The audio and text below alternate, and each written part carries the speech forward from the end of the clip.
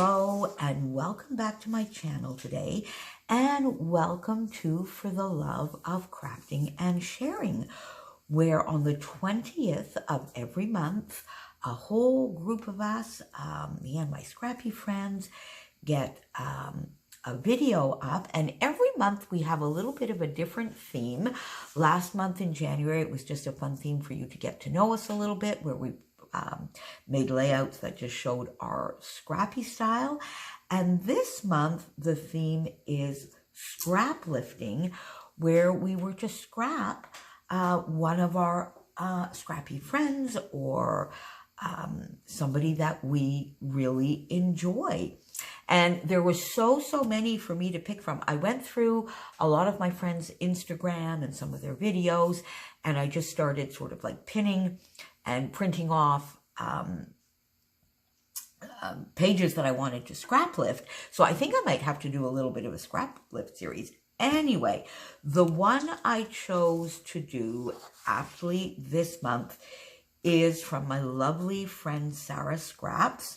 I will put her channel below, as well as, of course, all of the ladies that are participating in our group For the Love of Crafting and Sharing. I think we are 12 or 13. So hopefully you will not only discover some new people to follow through the channels and the layouts, but maybe also through the people they decide to scraplift and show you about.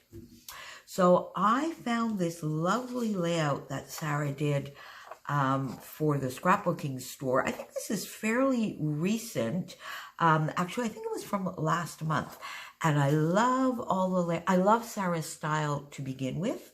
We have a lot of the same tastes in supplies and style. In fact, I always laugh and I tell Sara, you know, for our kit club, I should just let her tell Christina what I need, because most of the time, a lot of the time, I will just message Christina and say, for my kit this month, I just want what Sara says, because we really do have similar tastes, and I love her style. And I loved this because there's quite a bit of layering, but there's also quite a bit of white space.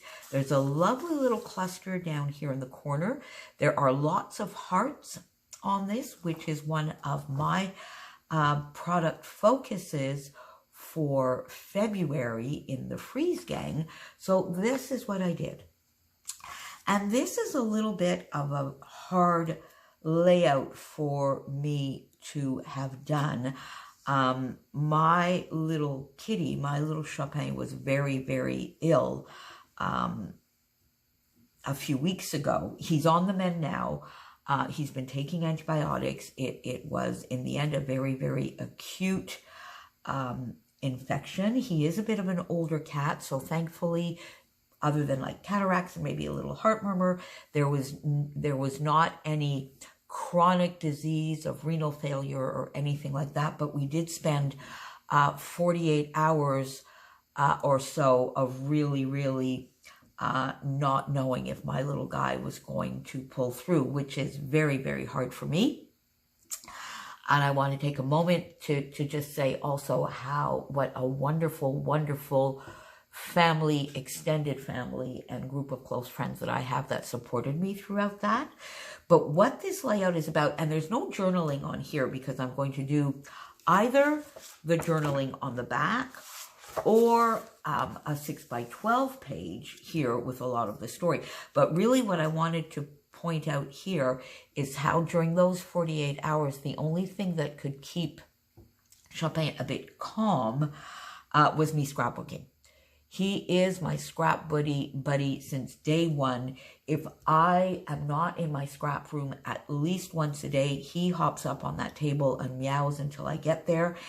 And for 2 nights in a row, one night we were up and we scrapbooked from 1 o'clock in the morning until 10 o'clock when the vet arrived the next day. And the following night, we scrapbooked from 3 a.m. until 10 when the vet arrived yet again. And these photos are not taken from that time because, as the title aptly says, Tears and Fears, That was the only way for me to keep him calm. He was relaxing. I was crying and scrapping. So there you have it. But that's the story behind that. Everything is fine now. My little boy is almost back to normal. The antibiotics are almost over as of the date that this goes up, and he's pretty much back to normal. So I went into my How to Kill a Kitten with Style for February and used this lovely background paper, which I think is from Stampin' Up, not from the Gingham Farm collection. Some Gingham Farm scraps that I had, but then I sort of deviated from the kit and went into some Vicki Boutin kaleidoscope that I had on my desk. So I arranged my first layers pretty much exactly the way Sara has hers. So some lovely little banners. I popped the ends here up on foam because I sort of get the impression, you can see here a little bit of a shadow, that Sara did the same thing. So the first rectangle, the sort of basis of it piece here is from Vicki Boutin. I inked all my edges in a basic gray ink, so it's a not quite black, but quite a dark charcoal.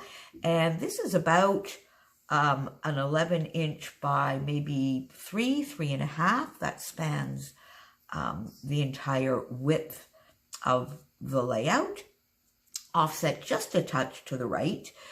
Then about a 2.5 inch, this is also from the Vicki Boutin kaleidoscope, layered over that here. And then this little 6x6 paper that I had from the Gingham Farm collection, which I just had a little piece of and that I cut. I had a 6x6 paper. So I have this at like 2 inches, one 6-inch strip here, which I was able to cut, and then another 6-inch strip here. And with what was left over, I punched a little heart out because I got my heart punches out to use, as is one of our focuses in February.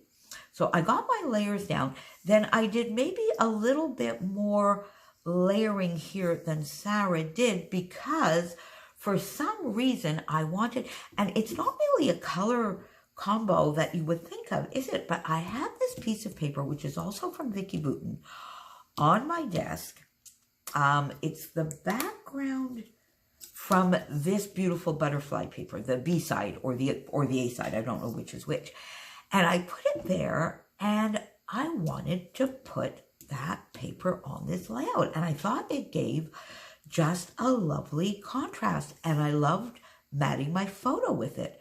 So I matted my photo with it, and then I said, you know what? I'm just going to add that color. And I love it. So I got my Lawn Fawn dies out, and I did some hearts. This is from Gingham Farm, another little piece from Gingham Farm. And Sara here has a lovely little journaling card, which says, let's get cozy. And I had this from Gingham Farm, which said, one more memory for the road. And so I put that, I matted it in black because I found that it really, even though I inked the edges, it just disappeared in that background a little bit. So I did mat it in black to let it stand out. And then I went to get this sort of shimmery that I have in my stash, this sort of shimmery gold, sandy, because it's sort of matte, it's not a clear gold, it's maybe a bit of a sandy gold, but anyway, I love it. And I decided to add a little bit of that, so I did some hearts, punches, and dies with that. And then I just went to town, and I placed this first big heart, exactly the way Sara did. My journaling card here, which is maybe a little bit smaller because this is more of a die cut. And then I put a few hearts. I struggled with getting these heart placed. Oh my Lord, I swear. This one is on foam. These two are flat to the page. This one I popped up on this side in foam. And then I didn't add another. I was trying to put this with a little bit of a banner over on the side, and I didn't like it. So I decided to just leave that as a little bit of breathing space, and then went up to the cluster here. Mine is maybe a little bit less than Sarah did, but I had this fun chipboard from Altenew left in my stash, and I think there was only like just that one piece left on it, so I popped it in there, a little bit of an inked heart behind it, and then I started to look at, and the title came to me as I was doing this, because that's exactly what was going on those 2 nights, Tears and Fears. And I went into my Fitzgerald, my beloved Fitzgerald thickers, and had the perfect sort of tealy, turquoisey blue that goes with that. And I had to do, oh my God, I had to do a bunch of Frankensteining to get Tears for Fears. The R's, I think I used 9s, and I just cut this little piece off, which gave me some S's. I had 1 R. This R, I just cut the bottom of a B off. This is a U upside down, and I just added a tiny little piece in there to make it an A. This E, oh, that one's a little bit of a struggle, but it's basically, I cut, again, a B. I did have the T, the F.